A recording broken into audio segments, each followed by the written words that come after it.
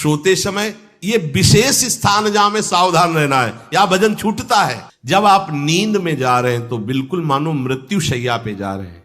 आपको उस समय नाम जप में बहुत ध्यान देना है, क्योंकि जब आप गंदी बात कहीं देखोगे तो आपके अंदर वैसे ही चिंतन बनेगा, वो ऐसे ही लगेगा मैं भी ऐसा करूं। पक्की बात अनुभव की कहते हैं, यदि सोते हुए भजन करोगे। कभी कभी क्या होता है कि एक मंत्र में, एक नाम में जैसे बहुत देर अभ्यास करते हैं तो मन उबने लगता है। यहाँ चाकू, यहाँ पिस्तौल, तलवार, ये वो सब बिल्कुल वीर सजा रहता है।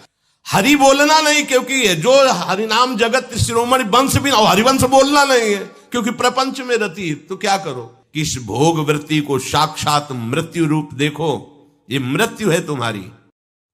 ये बात आप जरूर स्वीकार करें कि सोते समय आपको बहुत सावधान रहना है। और प्रायः गलती सोते समय करते हैं उपासक की, कोई प्रपंच की बात याद करते हुए, या मोबाइल देखते हुए, या कोई गंदी चेष्टाओं का आपकी रात बेकार चली जाएगी।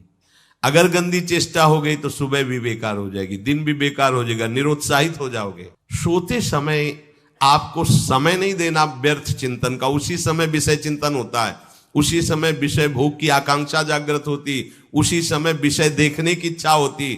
मोबाइल है तो जिस समय आप अपनी शैया पर जाएं स्विच ऑफ कर दें। उसमें मैसेज, घंटी आने का कोई भी रास्ता मत रखें। मान लीजिए आप उपासक हैं भगवत प्राप्ति के, 30-35 वर्ष ये नहीं था तो सब मर नहीं गए थे। और बोले इमरजेंसी, जब इसकी 30-35 वर्ष से पहले इसकी कोई रचना नहीं थी, मुझे लगता है, क्योंकि 30-35 वर्ष में ही इसका विस्तार देखा है। नहीं तो कभी किसी के पास मोबाइल नहीं। कोई बड़े अधिकारी तो इतना बड़ा वो, इतना बड़ा वाला वो ऐसे रखते थे। नहीं तो मोबाइल तो हमें लगता है 30-35 वर्ष। तो फिर इमरजेंसी कैसे चलती थी? कैसे चलती थी इमरजेंसी? और आप ब्रह्मा हो क्या कि इमरजेंसी संभाल लोगे? स्विच ऑफ करो। जो सब इमरजेंसी संभालने के लिए तैयार, रात दिन न सोता है, वो हर समय जागृत रहता है, वो हमारा आराध्य देव है। स्विच ऑफ करो, चिंतन लगाओ श्री जी का। ये जो रात्रि के शयन के समय मोबाइल में इधर उधर दृश्य देखने हैं, अपने सर्वनाश का बीज बोना है। मान लो, हमारी प्रार्थना मान लो। ये उस समय मन आपको परेशान करेगा जब कमरे की सिटकिनी अंदर से बंद होगी। सबसे प्रार्थना है रात्रि के शयन के समय। तो बोले फिर ठीक है 10 बजे तक देख लेंगे मोबाइल, इसके बाद शयन के समय भजन कर लेंगे। होगा ही नहीं।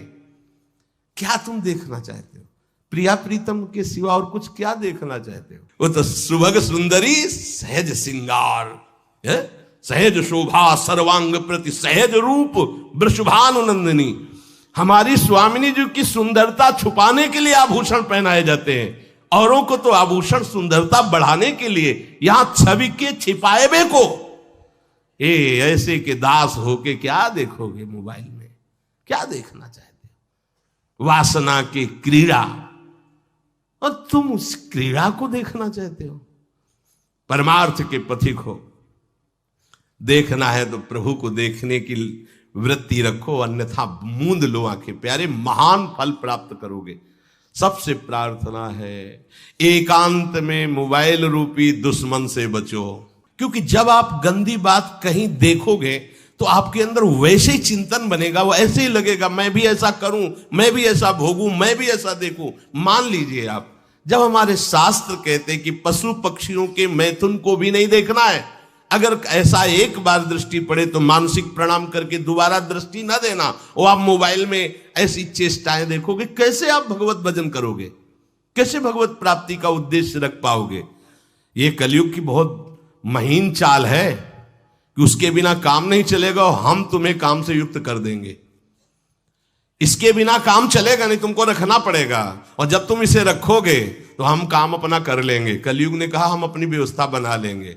यहां कह रहे जब आप नींद में जा रहे हैं तो बिल्कुल मानो मृत्यु शैया पे जा रहे हैं। आपको उस समय नाम जप में बहुत ध्यान देना है, कहीं मन बहक ना जाए। तो क्या होगा, 5-6 घंटे जो आप लेटोगे ना, वो भी भजन हो जाए। हमारा जो सततम योमाम स्मरति नित्यशा है ना, ये पूरा हो जाएगा। नहीं उस समय हम सो जाएंगे तो हमारा 6 घंटे का वियोग हो गया, 6 घंटे भजन रुक जाएगा। और ये 100% पक्की बात अनुभव की कहते हैं। यदि सोते हुए भजन करोगे तो जगते, कई बार तो पकड़ा है कि अगर आधे पद में बेशुद्ध हो गए तो वो पद पूरा जगते ही शुरू हो गया है, मतलब बीच में स्थिति भागवती की रही। जैसे बेहोश करते समय हमने कहा था जब ऑपरेशन के हमें बता देना, तो उनका बाबा अब इंजेक्शन लगाने वाले हैं तो वो 1 मिनट हमें केवल दीजिए, अपनी चित्तवृत्ति। तो जब होश आया तो वही पहले चिंतन चल रहा था, वही चिंतन। जैसे सोने के समय हम बेहोश हुए तो जगने के समय वही चिंतन, ऐसे ही इंजेक्शन से जब बेहोश हुए और जब होश आया तो वही चिंतन चल। बहुत बड़ा चमत्कार अभ्यास का है। नींद खुले तब से लेकर गाढ़ नींद आने तक स्मरण में कभी रुकना नहीं। और आपको एक छूट दे रहे हैं। कभी कभी क्या होता है कि एक मंत्र में, एक नाम में जैसे बहुत देर अभ्यास करते तो मन उबने लगता है। इसका स्वभाव है, ये अनुभव की बातें कहते हैं। इसका स्वभाव है नवम नवम, नहीं तो ये मतलब, तो इसको हम लोगों ने कैसे फंसाया है। जैसे गुरु मंत्र जप रहे, अब 2-3 घंटे लगातार गुरु मंत्र जप, अब इसको उबन बढ़ी, अभी छोड़ रहा है, बीच बीच में पता चलता है छोड़ना चाहता है, छोड़ रहा है, तुरंत इसको नाम में फंसाया। अब थोड़ी देर नाम में चला, फिर उब रहा है, बहुत विचित्र है ये। अब उसको फंसा दिया। उस पीछे की बात अभ्यास के समय, नमामि शमीशान निर्वाण रूपम विभुम व्यापकम ब्रह्मवेद स्वरूपम। चिंतन, पद गायन कर रहे, ये भगवान शिव पद गायन कर रहे हैं और उसका चिंतन, निर्वाण रूपम विभुम व्यापकम ब्रह्मवेद स्वरूपम। अब अपने यहां अवसर है, सुंदर सुंदर कोई पद गुरु मंत्र जब करते हुए मन जब उमने लगे, राधा वल्लभ श्री हरिवंश, राधा वल्लभ श्री हरिवंश, राधा वल्लभ श्री हरिवंश, इसमें भी उमने लगे, शुरू कर जोई जोई प्यारो करे सोई मोही भावे, भावे मोही जोई, इसमें भी उबले लगे। सुधा निधि का कोई एक लाइन ले लो, ब्रह्मेश्वरादि सुदुरूह पदारविंद श्रीमत् पराग परमाद्भुत वैभव, ब्रह्मेश्वरादि सुदुरूह छोड़ना नहीं है, तू भाग में नवम नवम दे रहा हूं, नवम नवम। इसको फंसाने के लिए आपके पास अस्त्र हो, जैसे यहां चाकू, यहां पिस्तौल, तलवार, ये वो सब बिल्कुल वीर सजा रहता है, ऐसे ही अपने लोग सजे रहते। छोटा राधा, अब एकदम चिपक गया है आके तो कैसे मारे, तो छोटी चाकू है ना, वैसे राधा राधा राधा, थोड़ा दूरी राधा वल्लभ श्री हरिवंश, थोड़ा और दूरी गुरु मंत्र, बड़े बड़े अस्त्र अपने पास रख ले। बहुत भाग रहा है तो फंसा दिया। प्रथम यथावति प्रणव श्री, अब लग पूरा पद गा, पूरा पद गा, उसमें लग प्रथम यथामति प्रणव। भोजन पाते समय ऐसा अभ्यास किया है, 1 घंटा के पहले भोजन नहीं होता, चाहे 2 रोटी पाना हो, समय लगता है भोजन, आराम, एक एक नाम, एक एक, कुछ भी हल्ला मचाओ, कोई फर्क नहीं पड़ेगा, अपना चलेगा। अभ्यास स्नान के समय, भोजन के समय, किसी क्रिया के करते समय, किसी से बात करते समय, सोते समय, ये विशेष स्थान जहां में सावधान रहना है। यहां भजन छूटता है, ध्यान देना, यही भजन छूटता है। चलते समय, क्रियावान होते समय, प्रसाद पाते समय या किसी से बतराते समय, ये सब भजन के छूटने के स्थान है और यही पकड़ना है भजन को। जब आपको बिल्कुल न लगे तो मानसिक सब बंद कर दो और गुनगुनाने लगो। जो धुनी आपको अच्छी लगे उसी में नाम, कोई नाम लेके, संसार का चिंतन न होने पावे, चाहे जो कुछ तुम जहां तुम्हारा मन आवे, गंगावरी गोदावरी, कुछ भी, भागवतिक चिंतन के सिवा संसार के चिंतन न होने पाए। पहले ऐसे अनन्य बनो, फिर बाद में अनन्यता आती, रसना कटो जो अनरट। हाँ भी विषय चिंतन कर रहे हैं, प्रपंच कर रहे हैं, बोले रसना कटो जो अनरटो, और नहीं बोल सकते, प्रपंच बोलेंगे बस, रसना कटो, ये शब्द वहां नहीं आते। पहले हम आपको छूट देते, भक्त चरित्र, भगवान की चरित्र, नाम, कीर्तन, मंत्र, जो भी चाहो, संसार का चिंतन मत होने देना, पहले ये पकड़ो। फिर आगे चल करके जब पवित्र हृदय होगा तब ये निष्ठा आती, रसना कटो जो अन रटो, निरखियन फुटो नयन। मान लो संसार का चिंतन नहीं करने देना है इसको, आप जैसे बने वैसे करो भागवतिक चिंतन। कोई नाम ले लो, कोई मंत्र ले लो, तुम्हें जो प्रिय लगे, हम छूट देते हैं। ये नहीं करे कि रसना कटो जो अन रटो, ये बाद की बात है। हमें पहले इसका संसार चिंतन रोकना है। कैसे छूटेगा, कैसे छूटेगा, हमें ये पकड़ना है। नहीं तो निष्ठा की बात, जो हरि नाम जगत त्रिशिरोमणि वंश बिना कब हूं, हरिवंश बोलेंगे नहीं, हरि बोलना नहीं है, हरि बोलना नहीं, क्योंकि ये जो हरि नाम जगत त्रिशिरोमणि वंश बिना, हरिवंश बोलना नहीं है, क्योंकि प्रपंच में रति। तो क्या करो, जो तुम्हें प्रिय लगे पहले उसे पकड़ो। ये हम अंदर की बात कह रहे, प्रवचन की बात नहीं कह रहे। मन को फंसाना है हमें। राम कृष्ण हरि जहां लगे इसको लगाओ, पहले इसको फंसाओ, संसार का चिंतन न होने दे। गीता भागवत भक्त चरित्र कुछ भी कहीं भी इसे फंसाओ, पहले संसार का चिंतन न होने दो, फिर लाओ इसको घुमा के निकुंज वाटिका में। फिर तो भागेगा ही नहीं, फिर नहीं भागेगा। अब सीधे निकुंज वाटिका में किसी महाभाग्यशाली गुरु आश्रित का लगेगा, अन्यथा बहुत प्रपंची मन है। आप आश्रय इधर का लोगे, प्रपंच का चिंतन करोगे, बात बनेगी नहीं। चिंतन छोड़ना है हमें, जैसे बने तैसे संसार का चिंतन छूट जाए तो हम विजय को प्राप्त होंगे। ध्यान दीजिए, इस परमात्म तत्व को वही प्राप्त कर पाता है जिसका राग बीत गया है, खत्म हो गया है, वैराग्यवान। ज्यादा परिश्रम नहीं है वैराग्य में, विवेक नहीं होने के कारण हम वैराग्य नहीं धारण कर पाते। हम बाहरी बातों को वैराग्य ले लेते हैं, ऐसा कपड़ा बदल लेना या कपड़ा ना पहनना या लौकी का कमंडल, मिट्टी का पात्र, तो हम अपने को वैरागी। बात यहां नहीं रुकेगी।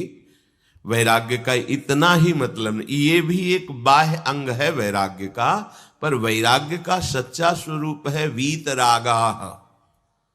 कहीं कुछ भी अच्छा नहीं लग रहा, कोई भी सुख आकर्षित नहीं कर रहा, लोक लोकांतर की प्रतिष्ठा, मान, सुख, ऐश्वर्य, व्यक्ति, कुछ अच्छा नहीं, राग खत्म हो गया। ऐसा उस अक्षर ब्रह्म को, अविनाशी तत्व को जान पाता है। जगते भयो फिरे बैरागी। जैसी हरिवंश प्रपंच बंच सब ये काल ब्याल को खायो। हालत यह है कि जैसे सांप ने मेढक को पकड़ रखा और मेढक सामने पतिंगा को, कीड़े को पकड़ना चाहता है। उसे यह पता नहीं कि मैं खुद किसी का कवल बन चुका हूं, वो एक झटके में मुझे अपने पेट में ले जाएगा। ऐसे ही हम सब हैं, काल के द्वारा ग्रसित है। काल ने हमें पकड़ रखा है, पर हम भोग भोगना चाहते हैं। हम नाना प्रकार की मान प्रतिष्ठा पाना चाहिए, ये पता नहीं एक झटके में हमारा अस्तित्व ही खत्म हो जाएगा। जिनके अंतःकरण में किसी भी व्यक्ति, वस्तु, स्थान, पद, प्रतिष्ठा का राग ही नहीं रह गया है, उसे कहते हैं वैराग्यवान। वीतरागाः, राग ही नहीं है। जिनका अंतःकरण निष्पाप निर्मल हो चुका है, जिनके हृदय में केवल भगवत प्राप्ति की उत्कट लालसा जागृत हो गई है, ऐसा साधन संपन्न उपासक परमात्म तत्व में प्रवेश पाता है। अध्यात्म मार्ग की ऊंचाई पर वो स्थित हो जाता है। यदि छंतु ब्रह्मचर्यम चरंती, जिनकी इच्छा एकमात्र भगवत प्राप्ति की है, यदि छंतो, तो उनको क्या करना होगा? ब्रह्मचर्यम चरंती, ब्रह्मचर्य का पालन करना होगा। प्रत्येक इंद्रियों का निर्विषय हो जाना वास्तविक ब्रह्मचर्य है। केवल जनेंद्रिय से ही ब्रह्मचर्य को नहीं लेते। हमारी प्रत्येक इंद्री भोगों से रहित होकर भगवत अनुराग में, नेत्र प्रभु को देखना चाहते हैं, त्वगेंद्री प्रभु को स्पर्श करना चाहती है, घ्राणेंद्री प्रभु के श्री अंग की गंध पाना चाहती है, श्रवणेंद्री प्रभु के वचन सुनना चाहती है। एक एक इंद्री अपने प्रभु में लग गई, अंतर्मुख हो गई, बाहर विषयों का त्याग हो गया। इसे ब्रह्मचर्य कहते। पर प्रारंभिक ब्रह्मचर्य में जनेंद्री का ब्रह्मचर्य अत्यंत आवश्यक है। यदि जनेंद्री जन्य व्यभिचार दोष से युक्त है तो कदापि उसे भगवत प्राप्ति नहीं हो सकती। शुभ गति व्यभिचारी शुभ गति चाहे असंभव। और भगवत मार्ग में सबसे बड़ा दुश्मन यही व्यभिचार दोष है, काम। इसी से हमारा हृदय मलिन होता रहता है। अंधा बटे और पड़ा चबाए वाली दशा रहती। कहते हमें 50 वर्ष हो गए। अरे 50 जन्म हो जाए, तुम व्यभिचार करो, गंदी बातें करो, गंदे चिंतन करो, सो समय व्यतीत कर, अनंत जन्म व्यतीत हो गए, भगवत प्राप्ति हुई क्या? 50 वर्ष से भगवत प्राप्ति हो जाएगी क्या? 5 मिनट काफी है भगवत प्राप्ति में। एक बार नाम काफी है। वो स्थिति तो लाओ। बार बार बहिर्मुख वृत्तियों के द्वारा विषयों में सुख बुद्धि कर लेने से हमारा सारा का सारा अध्यात्म चिंतन बदलता रहता है, इसलिए लाभ नहीं मिल पाता, एक रस चिंतन नहीं रह पाता। बार बार विक्षेपी विषय करते रहते हो, हम सहते रहते हैं और भोगते रहते हैं। एक बार तो हिम्मत करके उठो। अवलो नशानी अब ना नशई हो, एक बार तो दृढ़ बनो। बस मन के अनुकूल चलने की बात को तुम्हें रोकना होगा, तभी तुम्हारे अंदर यदि क्षण तो ऐसी इच्छा जागृत होगी। पक्का पक्का ऐसा ही है। जब हम किसी विषय के वेग को सहते हैं, विषय नहीं भोगते हैं, तो मन बहुत जलाता है। उस जलन में फिर एक ही बात होती है, बस भगवत प्राप्ति हो जाए, झंझट खत्म हो जाए।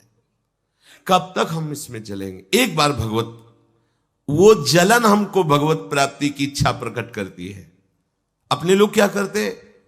जलन को मिटाने की कोशिश करने लगते हैं। तो भगवत प्राप्ति की इच्छा क्या? भोग प्राप्ति की तृष्णा जागृत हो जाती है। भोगे हुए भोगों को बार बार भोगने की इच्छा का नाम तृष्णा है।